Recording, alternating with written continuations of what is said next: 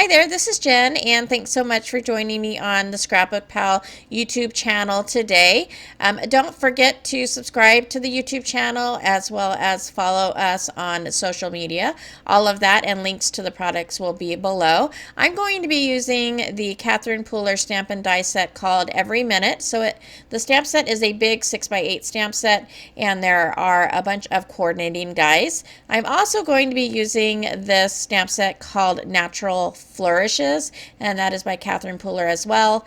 And then I do end up using one of these Altenew dies, and that is called Rippling Rings border die. But I'm going to start out with a 4 1/4 by 5.5 piece of cardstock, and this is just a piece of accent opaque white cardstock. And I'm going to take my scoreboard and my score tool, and I'm basically just drawing two lines right next to each other all across the cardstock to create kind of a beadboard background, I guess you could say. It's very subtle. It's hard to see on the pictures or on the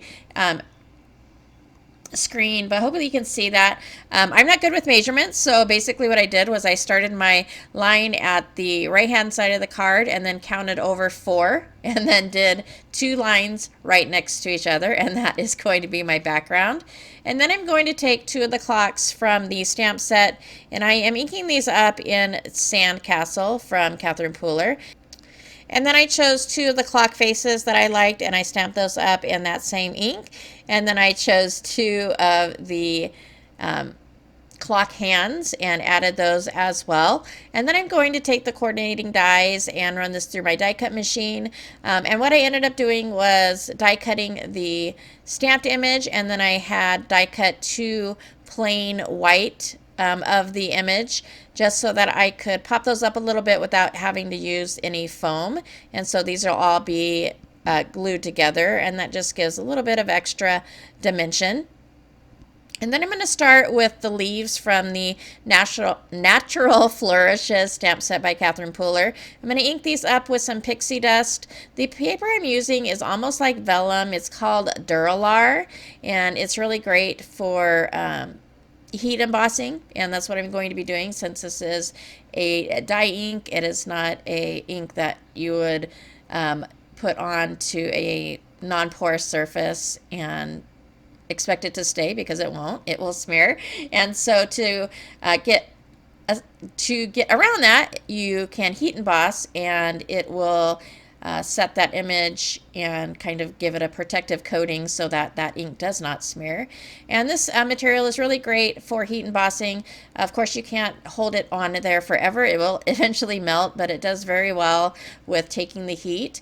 And then after I stamped the purple, I also stamped some clear embossing ink and then used white embossing powder just to give a little bit of variation. And then those were fussy cut out. And I'm just going to take some liquid glue and start arranging those onto my card panel. Some of the images I flipped over so that the embossed side is on the bottom. It just gives a little bit of a different look, and you can still see the embossing since it is vellum and you can see through it. I just think it gives kind of a different look to the arrangement. And then I will go ahead and arrange the rest of the pieces. I'm trying to get them to go into the center, and that's where the clocks are going to be. But I did use liquid glue on this, and since it is layered so much, it's really hard to tell where that glue is. You can't see it through the vellum, which is awesome.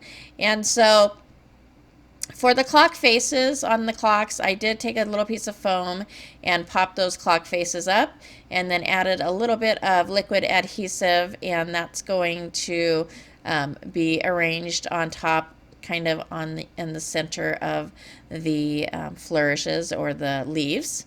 And then I felt like it needed something else, and so I'm grabbing a piece of scratch white paper, and I am just ink blending a little bit of the Catherine Pooler Pixie dust over that. Then I'll spritz that with a little bit of water and let that set for about 10 seconds, and then take a paper towel and mop up those water spots, which leaves that cool kind of water drop effect.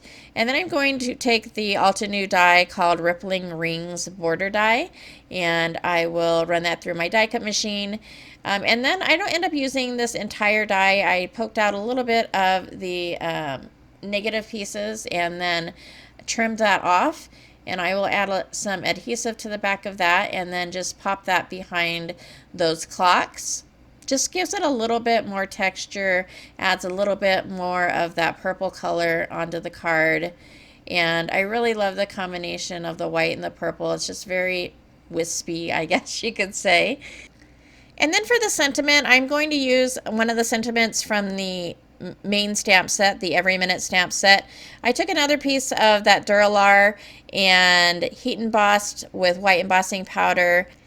And then I'll add a little bit of liquid glue, and I'm trying to keep the glue behind the letters so that you don't have any chance of seeing that glue.